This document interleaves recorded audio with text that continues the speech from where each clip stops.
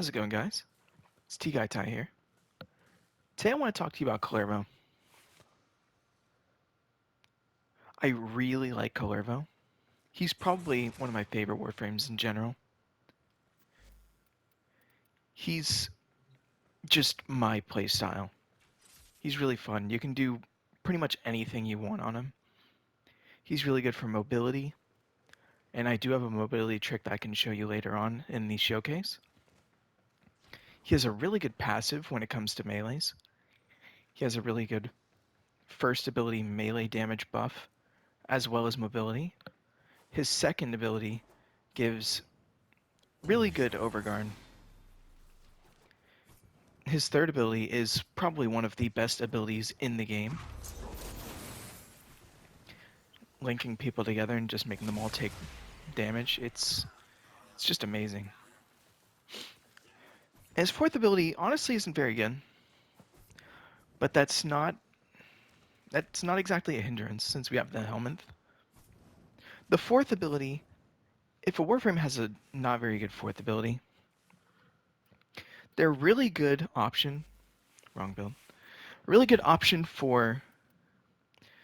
Let me remember the name of the mod.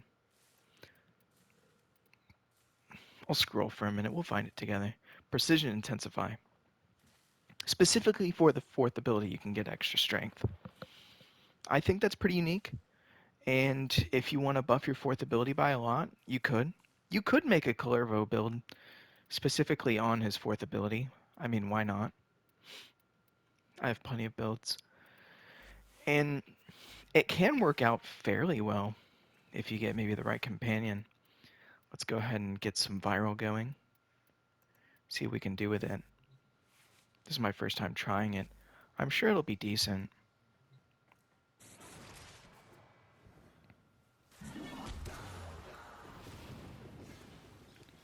Let's see how that works. Or it'll just never hit anyone with viral. That's cool. You know, I didn't think about this. Why don't we just go with the third ability too? Then they're all taking the same damage together. Wow, that is actually really strong. Well, anyways, his fourth ability can be pretty decent. But yeah, he's just amazing. So we'll go ahead and give a quick rundown. I'll just go with the base abilities for now. First off is passive, like I mentioned earlier. It's really good for melees, especially with the slam meta. Right now, everybody's using the Magistar. Getting heavy attack efficiency and heavy attack wind-up speed, it honestly isn't much of a buff, but I mean, it's better than not having it. The first ability, this is something that I do want to talk about. First off, look at that melee crit chance bonus. That's just insane. You will not see that very often. I mean, easily hitting like millions, if not maybe hundreds of millions of damage. And what I really like is using as a mobility tool. Maybe about a year, maybe like 3 years up until maybe a half a year ago, I did not like playing with melee. When Kullervo came out, that didn't change really. I mean, I could tell that it was a game changer what his first ability could do for melees, but I mean, I really fell in love with Kullervo specifically because of this. Just teleporting. Really good. And what a lot of people don't know is that it also resets his like bullet jumps. You can bullet jump in the air, teleport, bullet jump again.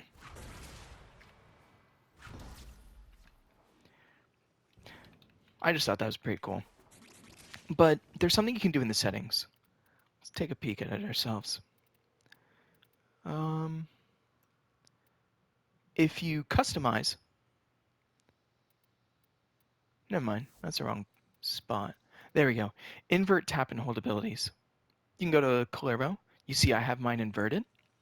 That will invert the tap and hold of his first ability. That's the only ability in his kit that is actually like tap and hold. If you invert that, very simple. Instead of having to hold to cast in order to teleport, every time I press the button, I'm teleporting around somewhere. That's really fast, really good mobility.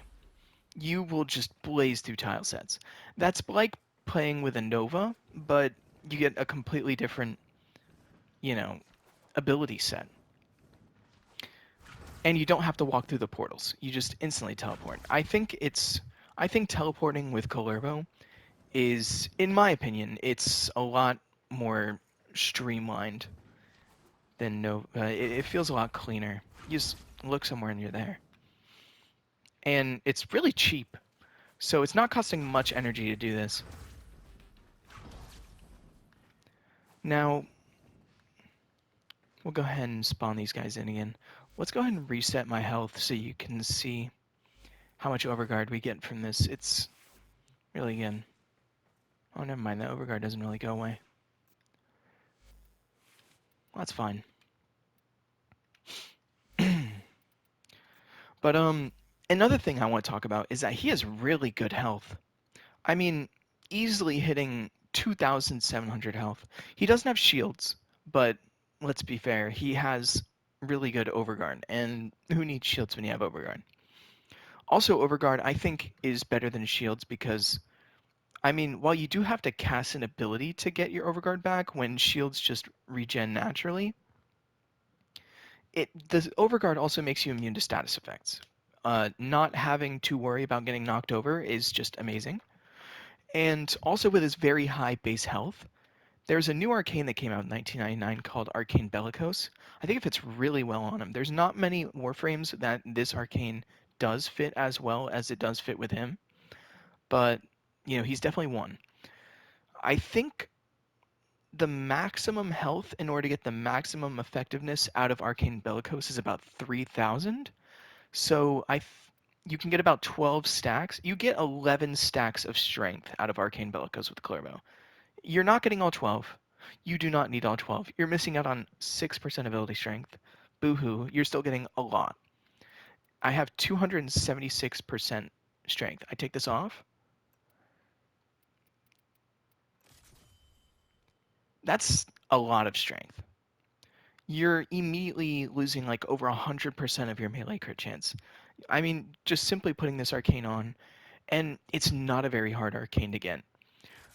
I mean, sure it is endgame, but once you get there, like once you finish doing all your storyline quests, you just log in every day, do a few missions, and just keep getting your syndicate standing up. Eventually, you can just start buying the arcanes from Eleanor's shop in the syndicate.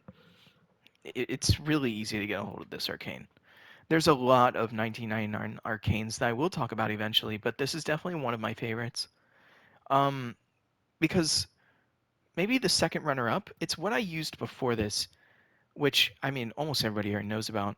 It's Molt-Augmented. It gives you 60% ability strength over time with kills. You have to get like 250 kills. And that's not very hard if you're doing endurance. You've seen in my previous videos that I can get like hundreds of kills in like less than 5 minutes. So it's not hard to stack up. But this you don't really have to stack up at all. You just need a decent amount of health. That's very easy to get with him. I do want to talk a little bit more about his third ability. It's just insane. Um, let's go ahead and run my slam build. Slam build, I mean, if you're ever trying to do a slam build, Ready Steel is really good. Having two Nira mods, it gets the damage from the slam attacks multiplied by like 200%. Really good. Also, I don't see a lot of people running this arcane. This arcane is really good for slam builds. Arcane Fury. If you're doing a heavy slam build, heavy attacks almost always get a critical hit. Especially with the extra crit chance from his first ability, you're going to be hitting crit hits guaranteed. And it's just extra melee damage. Might as well run it, I don't see a reason why not. So, I did not see this coming, but this ability works very similar to Zephyr's Tornadoes. And everybody knows Zephyr's Tornadoes are really good. Use the third ability, it links everyone together. You are going to, like every single time you hit one person, they all share that damage. So, very simple to just use Zada's Whisper to multiply your hits. They're all dead. Now, This is really good for attacking groups of enemies. With Zephyr, you can just have a ton of tornadoes and just aim at one person. So Zephyr is definitely better when it comes to attacking like one specific person, like maybe an acolyte, or right now Belly the Beast is going on. People like to hit that sister. But Kullervo is definitely like really good at crowd clearing. And I mean, I'm pretty sure the slam is like 20 meters. So I would hit all these people anyways. Everybody got affected by that. But there's 20 people here. I linked them all together. That means every single time I have a damage number, I'm actually hitting 20 damage numbers. I use Zada's Whisper to get a second hit every time I do hit. This is 40 damage numbers per enemy. I mean, nothing's really going to survive that. It's just insane. It's like running Zephyr funnel clouds, but for crowd clearing instead of, you know, specific enemies. So while I do think that Zephyr is better, this is definitely a runner-up when it comes to, you know, crowds instead of just bosses. You know, besides having that, it's just he has so many other things going for him. Let's talk about the Archon shards that I did. I do like having a large energy pool, so I did go with the energy max. Um, like you did see with my slam build, I did sacrifice a little bit of survivability. I took off the adaptation and the umbral vitality, getting rid of some of the health and, you know, the damage negation. So because I did sacrifice some of that health, I did go ahead and add a little bit of extra armor with the Archon shard. It might help a little bit, but you can always replace that with whatever you want. Just my playstyle, I like having extra casting speed and parkour velocity. I like to move around, and I like to, you know, have everything go a little bit faster. And extra ability strength, you don't really need it, but that's just something that I did because I wanted it to get like close to 200%. If you have, I think the max strength you can have to affect the third ability is 200%. So I did just want this to get as close to 200% as possible. So that's why I used a Tau Fortis Red on the Slam build specifically. But pretty much every single one of my other builds is going to be having well over 200% because of the Arcane Bellicose, because I actually did mod for the health. That's pretty much all I really wanted to talk about. He's just like a really good Warframe in a lot of scenarios. Not just melee.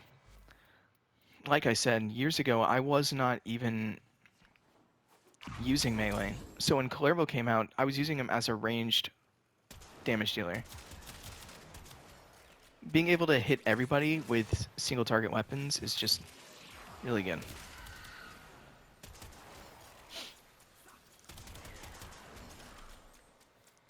Really fun stuff. Yeah, that's pretty much all I wanted to talk about. Let's go ahead and jump into some gameplay. I'm back one more time just to talk a little bit more about his fourth ability. I was messing around with it. I realized it isn't as bad as I thought it was. Of course, Zada's Whisper is really good on the slam builds. The fourth ability is actually adding to the melee combo multiplier. That just means more damage.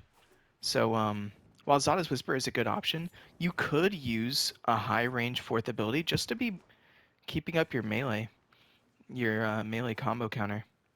And while his passive is really good at just like having the heavy attack efficiency, I think that Century is pretty unique. Being able to have the heavy attack efficiency and the fourth ability also like adding to the combo multiplier. I like that. I don't think I'll be using it much, but I saw it's worth talking about. So I think a good gameplay example would probably be a disruption. I think earlier on people struggle with disruption targets.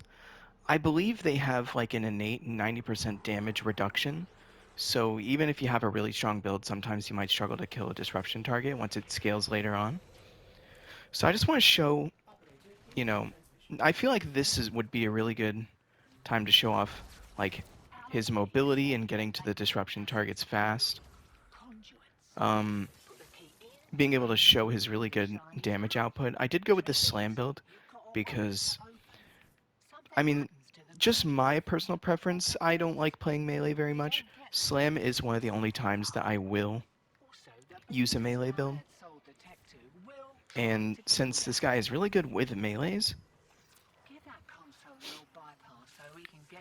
might as well show off all the big damage numbers he can do, especially against disruption targets. So we want to start off the gameplay by just giving ourselves a little bit of overguard. We don't have to try very hard. Just like 1 or 2 ability casts, and we're fine. We're not doing crazy damage, but as soon as we do like a quick teleport, we can just look at the ground, or we just teleport right into somebody doing a heavy attack. Like that. See those exclamation marks? Every single exclamation mark you see, that's like an extra 100% critical chance. If you see red numbers, if it's blue, then, you know, that just means you hit shields. But if you see a red damage number, that's already like 300% critical chance. If you see an exclamation mark, that's the tier beyond the red crit. It's really easy to hit 3 exclamation marks for this guy. That's like 600% critical chance. Easily hitting millions of damage. Let's go and actually like get started on this mission. That's not that. I'm really throwing, huh?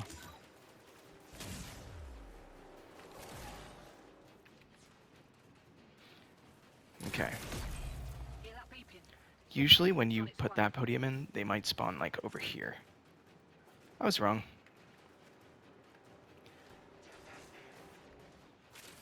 A majority of the time they will spawn there though. Just keep an eye out for that. Sometimes they'll sneak up on you. Alright, where's this guy gonna be? Are we over here? Doesn't look like it. There they are. Let's go ahead and teleport. 1,000,000 damage on a disruption target. Insta-kills. You will insta-kill these people for a decent amount of time.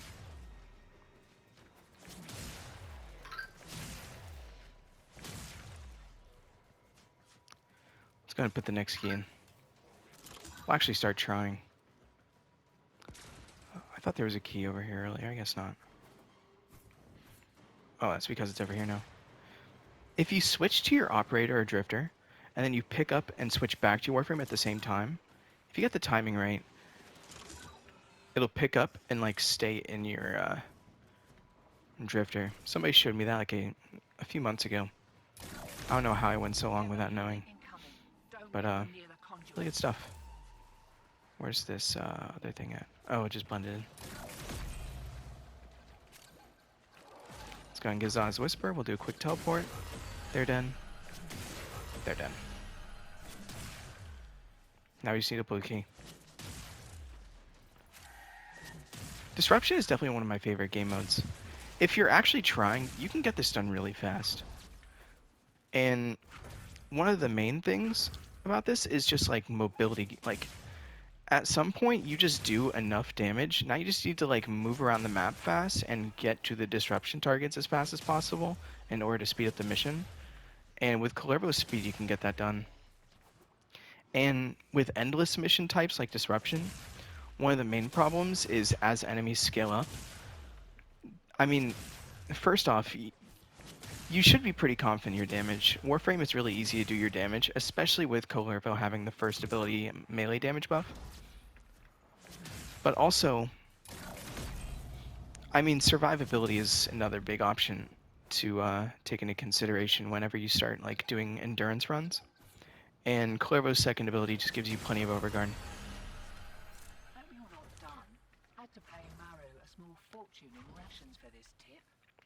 Something you can do with Kullervo, he's a really good option for like earlier on if you buy him with platinum. You can just teleport around instead of using an Arcwing launcher. I know people that are like Mastery rank 3, and they bought this Warframe with Platinum because they heard he was good. And they don't have Arcwing launchers yet. And I'll just be flying around. I just see them teleporting around behind me. I think it's really cool. But yeah. I mean, I don't really have a specific build to show off for him. He's really good in a lot of scenarios, and you can just build him however you want. I just recommend him as a Warframe in general. You know, like I said, he's a really good melee Warframe, but you don't necessarily have to use melee on him. He's really good with turning ranged single target weapons into crowd clearers because of his third ability. He has really good survivability with his second. He can instantly become like a pretty decent tank. And, you know, like I said earlier, he also has like a fourth ability that you might not use very often, but that's also not a bad idea to, switch out with the helmet ability. It's not exactly a bad thing for a Warframe to have one bad ability. That just makes it an easier option to use helmet. Well, I'll say that's the end of this video, so I'll see you when I see you. Gameplay video later, and deuces.